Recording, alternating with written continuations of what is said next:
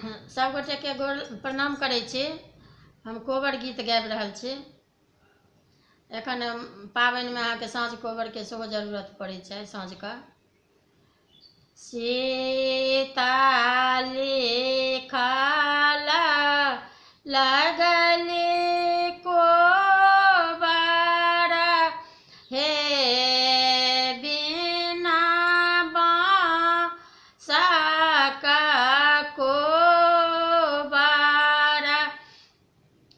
ताहि में ओछाओल सब रंग पटिया सब रंग फूल छिड़ियाई हे बिना बाँसक कोबर ताहि पैसी सुता गेला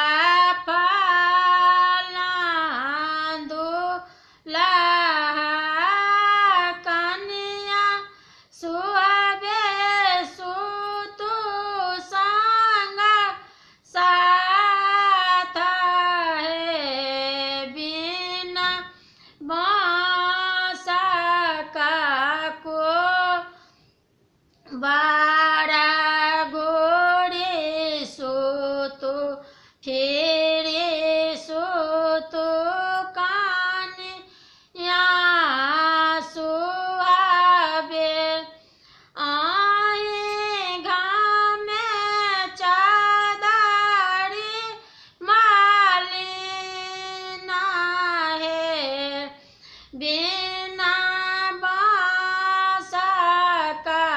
कोबर एतबा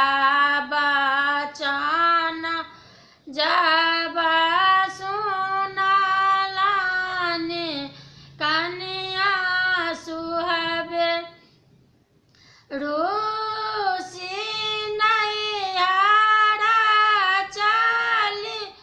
जाई हे बिना बाँसक कोबर घूरब जे गेलखिन छोटका दियरबा गुरु भौज बचन हमार हे बिना बाँसक कोबर हम नाही घूरबै दियरा के बचन सुनि अहूँके भैया कहलनि कुबोला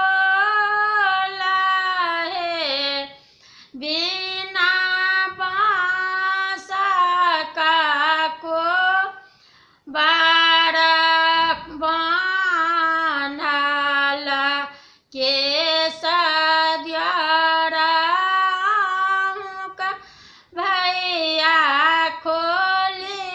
देलनि बान्हल केश दियरा अहूँके भैया खोलि देलनि शंखा चूड़ी केलनि साकर चूड़ा हे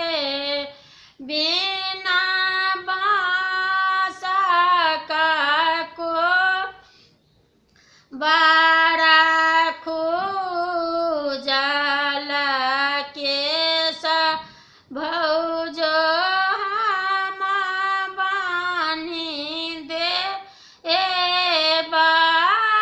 शंखा चूड़ी देब पहिरा